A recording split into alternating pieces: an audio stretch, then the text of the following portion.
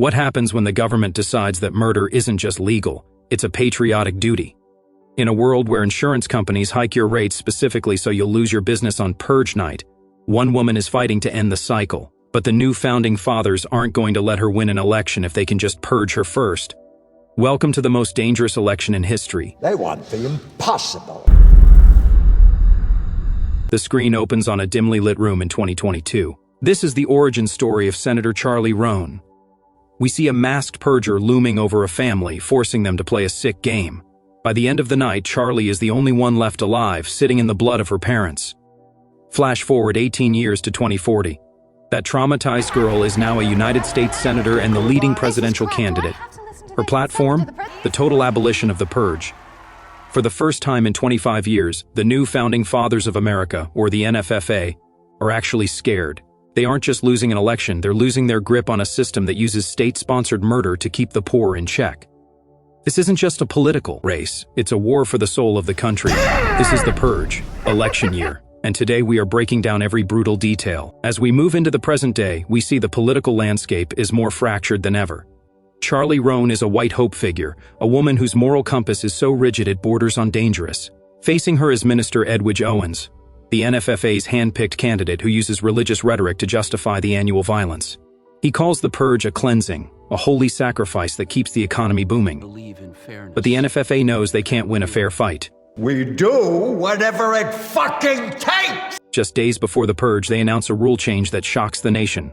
Level 10 government officials are no longer exempt. This is a targeted hit on Roan.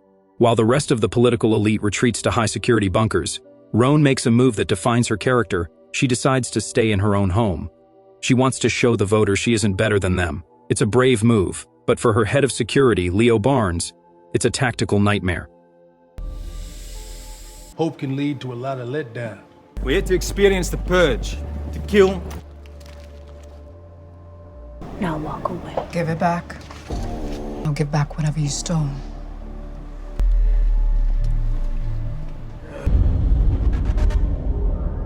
He's the man who once spent a night seeking revenge for his son's death, only to find mercy at the last second.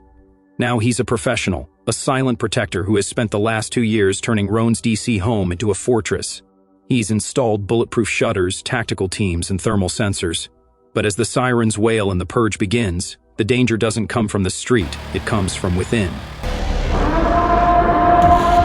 No citizen or group will be exempt. 2 of their own security detail have been bribed by the NFFA. They disable the sensors and open the gates for an elite paramilitary force led by Earl Danziger, a neo-Nazi mercenary with white power patches on his uniform. The betrayal is sudden and bloody. Leo realizes the trap just as the house is breached. No payment unless we find her. He grabs the senator and triggers a massive explosion that levels the home, killing the traitors but leaving him and Roan alone on the most dangerous night of the year. Then start street surveillance. I'll search from above. While the senator is running for her life, we meet the people who actually live in the shadows of the DC monuments. Joe Dixon is a man who embodies the American scheme. He's a deli owner whose insurance company hiked his purge premiums by thousands of dollars just hours before the siren. If he doesn't stay and defend his shop, he loses everything. He's joined by Marcos, an immigrant who still believes in the American dream despite the literal murder occurring outside his door. The social commentary here is sharp. The NFFA uses the purge to eliminate the burden of the poor, but they also use the insurance industry to bleed those who survive. The night takes a personal turn for Joe when a group of schoolgirls, led by a girl named Kimmy, return to the shop. Earlier that day, Joe caught her stealing a candy bar. Now Kimmy is back with gold-plated AK-47s and a car covered in Christmas lights. She represents the purge generation. Kids who have been raised to think that violence is a valid response to being told no. Happy purge, you old fuck! I got this! Back on the streets, Leo and Charlie are struggling to navigate the urban hellscape.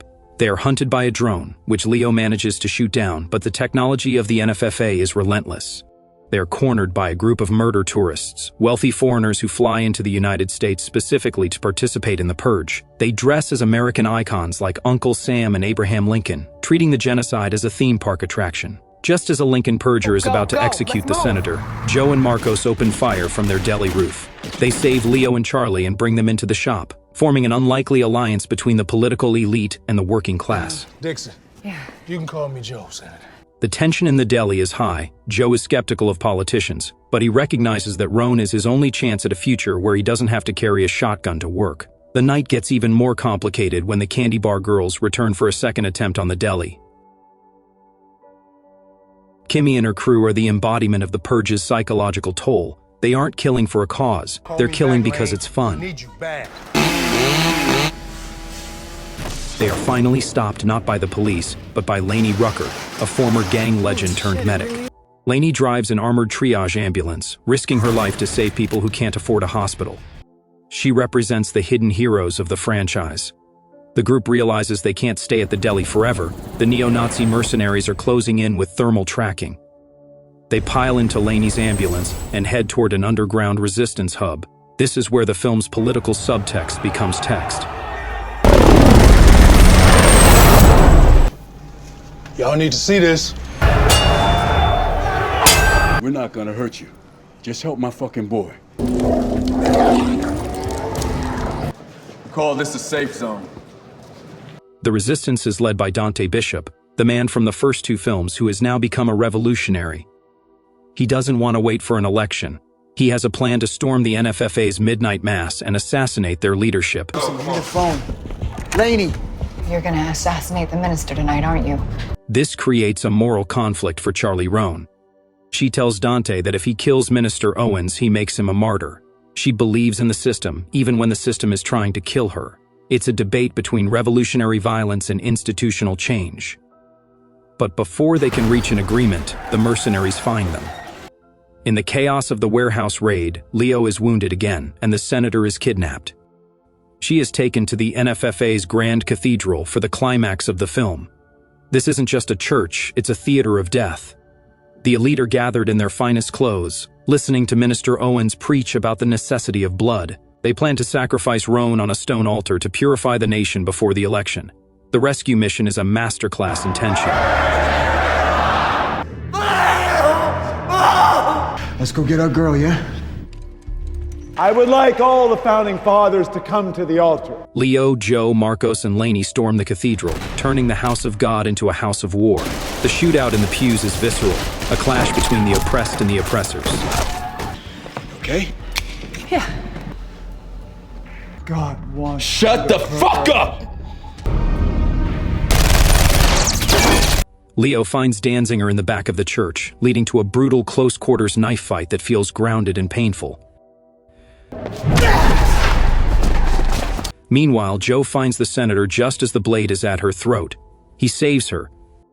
Joe takes a fatal hit.